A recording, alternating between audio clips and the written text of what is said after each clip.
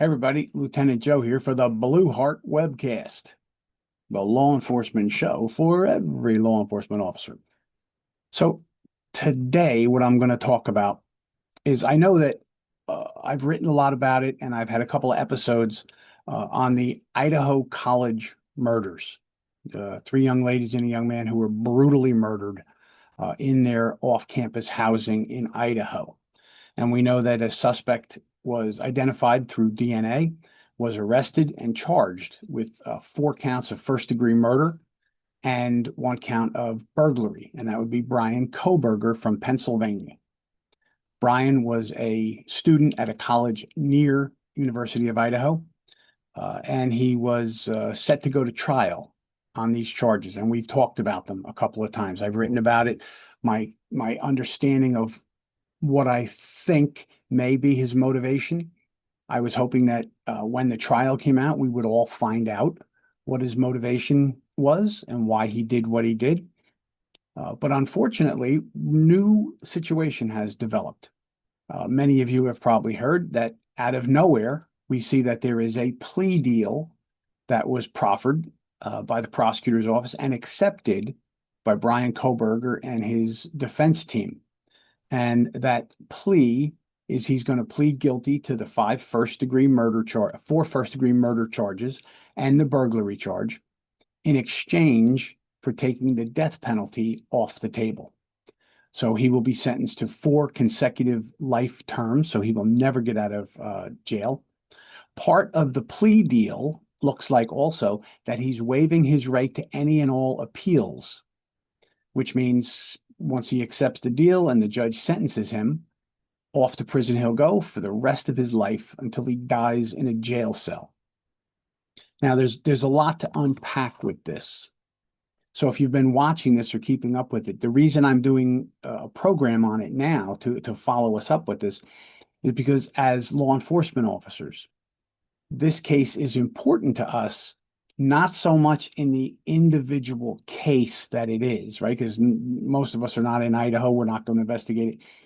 What is important is to understand this case and what happened here. So that's why I've created a couple of these episodes when we talked about the method of murder, what he did. He used a large bladed knife to stab these victims repeatedly, right? I talked about it. We have an whole episode on that. What does stabbing mean? When someone uses a blade to kill another person, that's a very intimate kind of an attack as opposed to a gun from across the street. All right.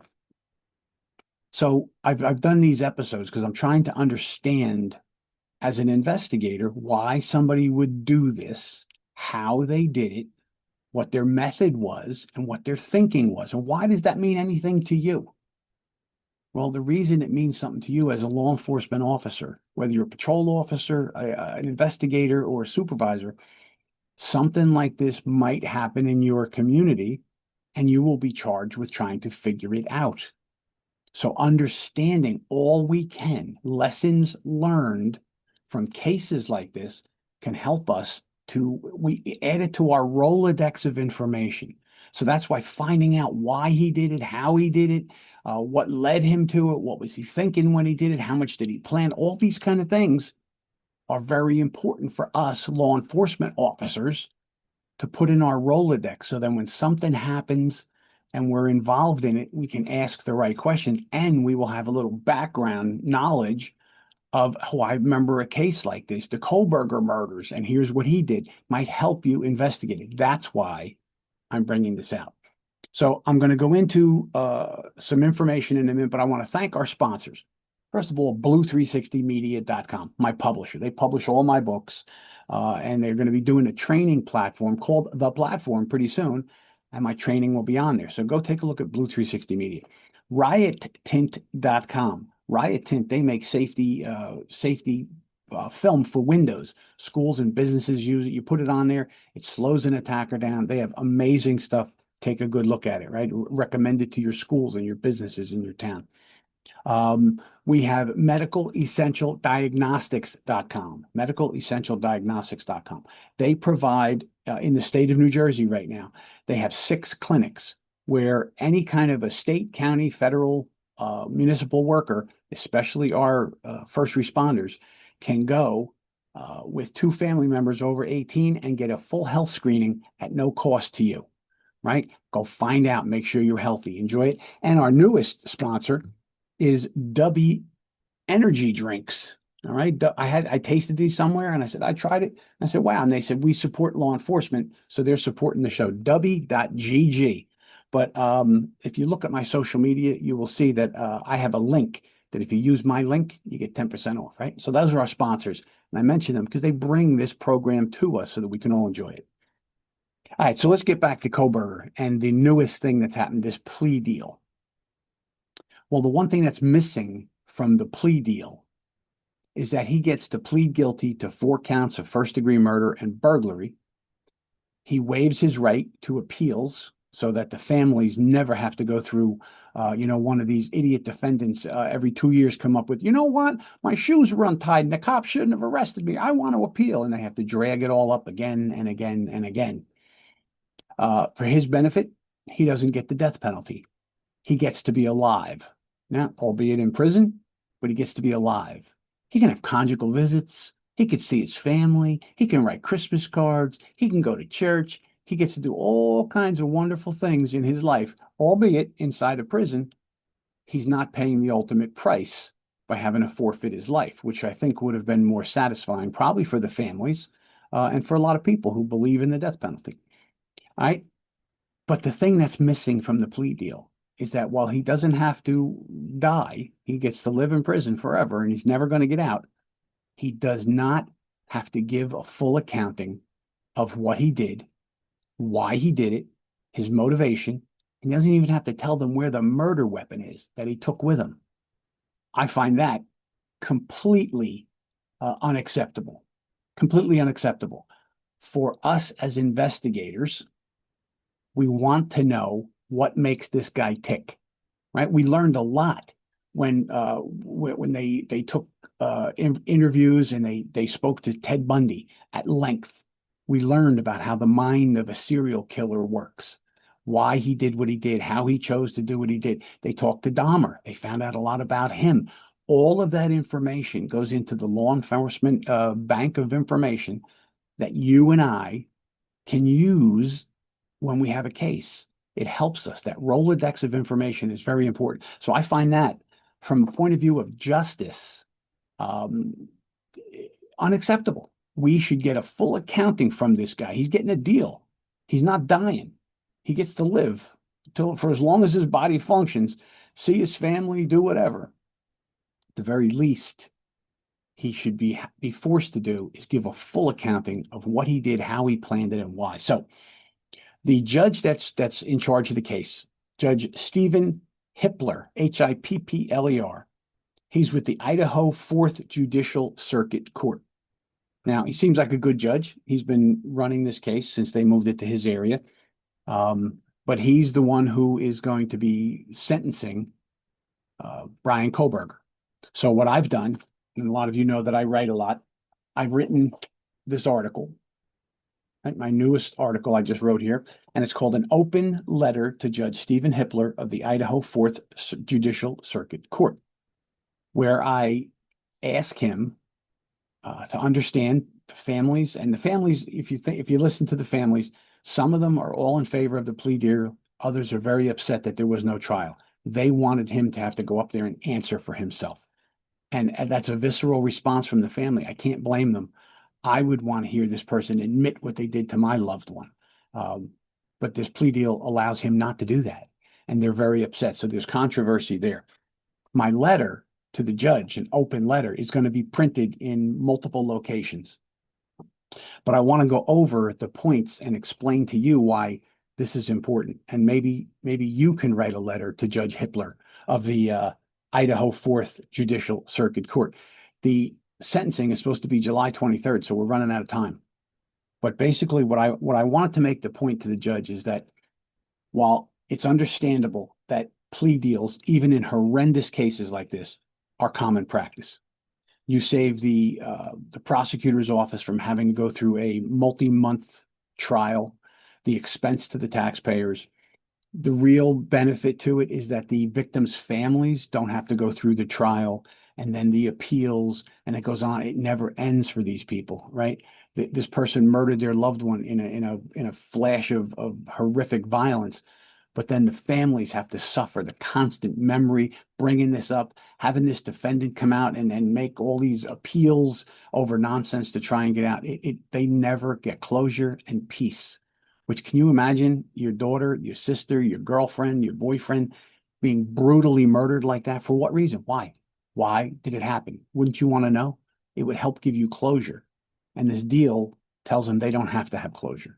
I find that, as a law enforcement guy, as a father, as a criminal investigator, as a citizen of the United States, I find that unacceptable. That is not justice. And that's why I'm writing to the judge.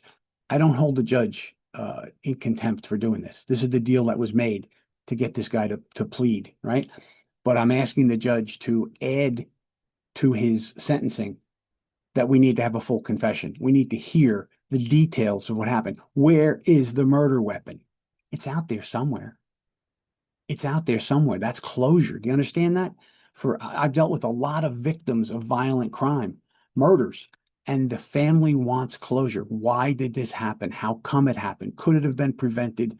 What did my loved one go through when this was happening? The families are owed that. That's part of justice, right? To give the families closure. So that's what I'm asking for. So I'm not going to read the whole letter, but I can send it to you. Joe@pangarotraining.com if you want it. If not, look in the Blue Magazine, It'll be printed there.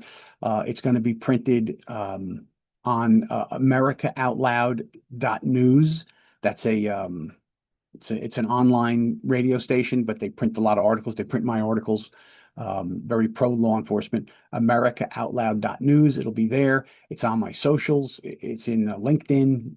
Joseph Pangaro. Look it up. You can read the whole thing. But basically, what I'm trying to do is make a case that for justice to be served, the bigger concept of justice is that the families deserve what they need to get through this. And if that means they're happy with the plea deal, that it gives them that closure, that they don't have to deal with this guy ever again. They don't have to think about him. There's no appeals. And that's it for them. For some people, that is their justice. That is their closure. And if they're happy with that, then I'm happy for them. Then there's other family members who are very upset that there was no trial, that they weren't consulted. They're upset. We wanted a trial to hear these facts. I want to know what my daughter went through, what my son went through when this happened, right? So what I've taken from the point of view is, while I understand that plea deals are normal and common, and it's a way to adjudicate a case and move it along, I get it. It saves the family all kinds of grief and everything. That's good. But for us, for law enforcement, we need to know what happened, how it happened, why it happened, so that we can learn for the next time. For a case when it ends up in your jurisdiction that you're investigating, it helps you to fill that Rolodex of information. So what I did is, basically, I outline all of this. I asked the judge to consider the law enforcement point of view, why this is important, because we all learn from this stuff. And then I come up with 15 questions that I would want asked to this guy. Now, it's not just 15 questions. These are 15 I put in the article.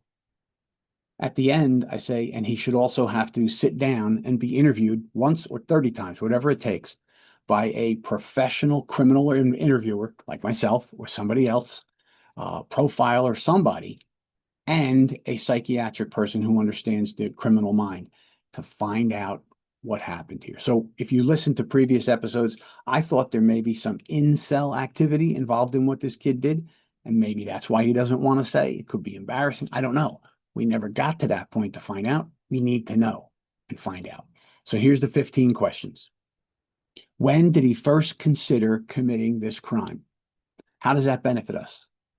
Well, we know in the course of a crime that builds up, somebody thinks about it, they get an idea, then they move on the idea, they start to plan it out. Maybe they do surveillance, they follow a victim.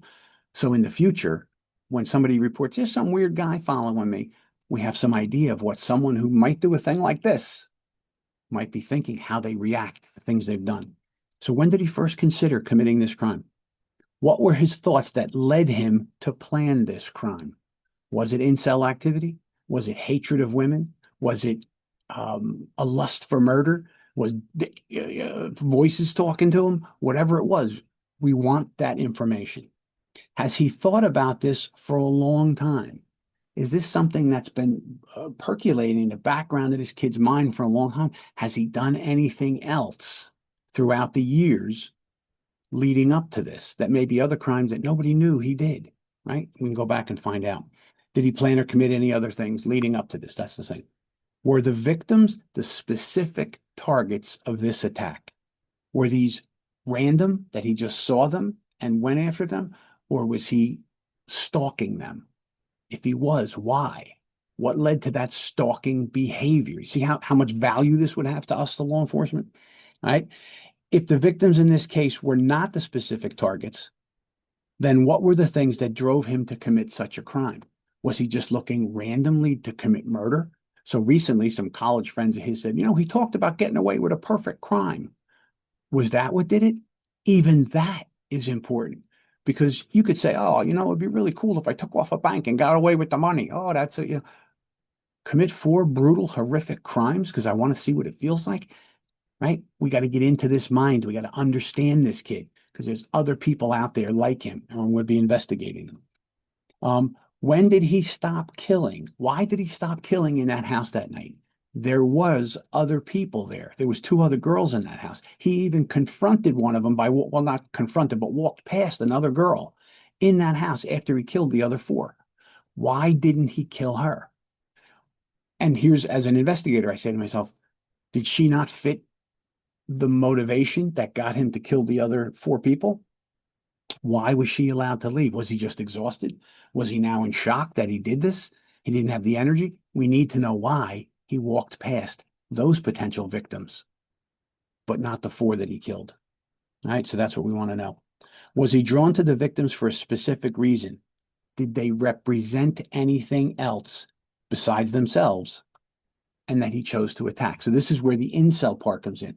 Was he this incel and he felt women didn't like him and does he have a hatred of women? Do he have a hatred of men? Did he dislike them because they were beautiful young women? Whatever, we need to know that.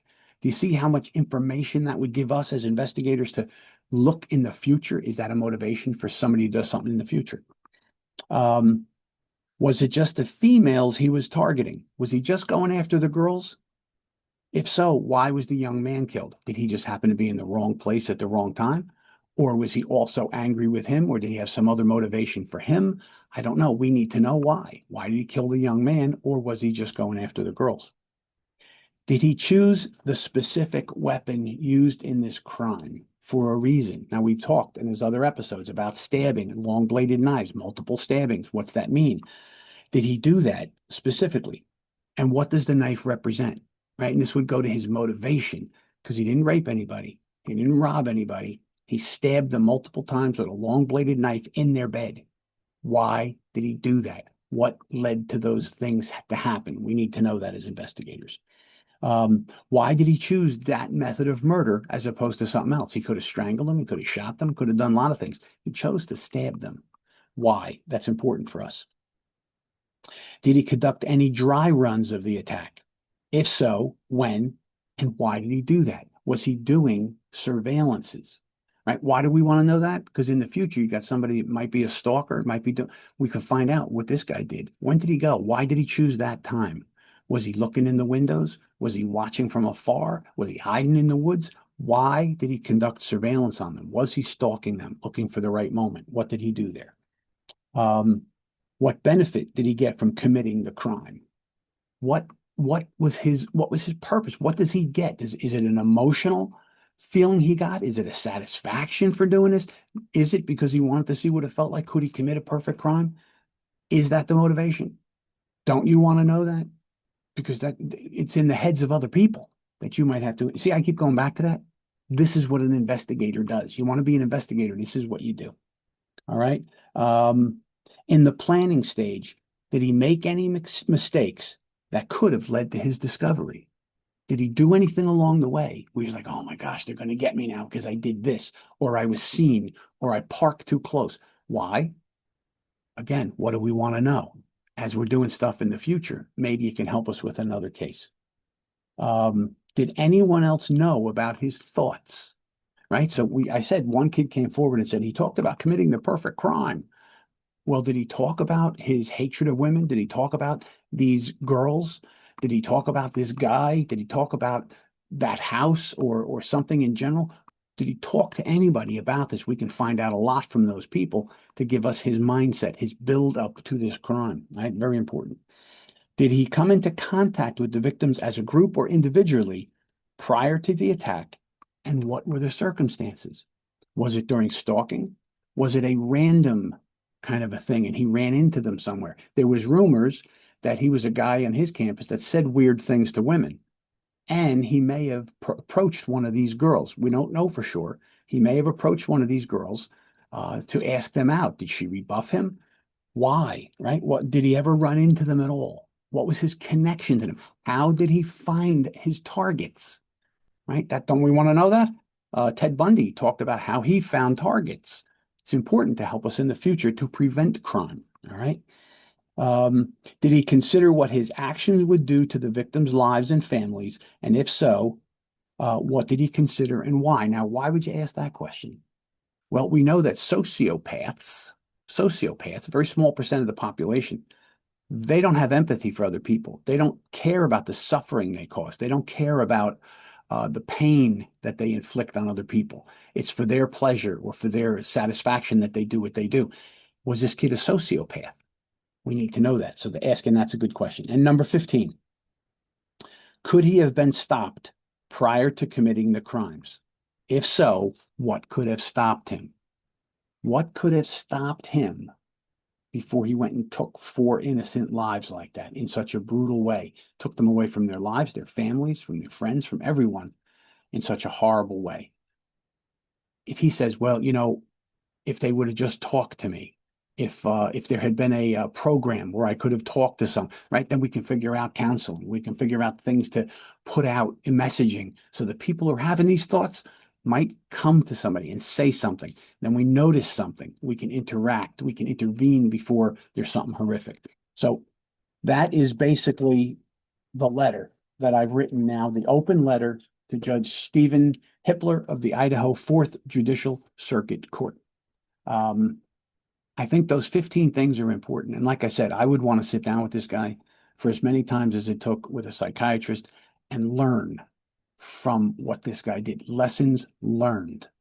In that way, the victims, who are they represented by? They're represented by you and me, by law enforcement. We are the voice for the voiceless when they're gone, right? Their loss can maybe prevent future losses of life and other victims if we learn from this kid. That's why this is important.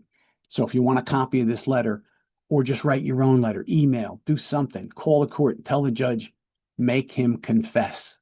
Law enforcement, we need to know why he did what he did, how he did it, and where is that knife, right? All important questions, my friend. I hope you get my passion that I have here for this, because this is how we solve crime, prevent the loss of life, and avenge those who have been victimized. This is Lieutenant Joe for the Blue Heart webcast. Remember, like, subscribe, tell your friends about it. This is where we learn together to protect and serve our communities. See you down the road.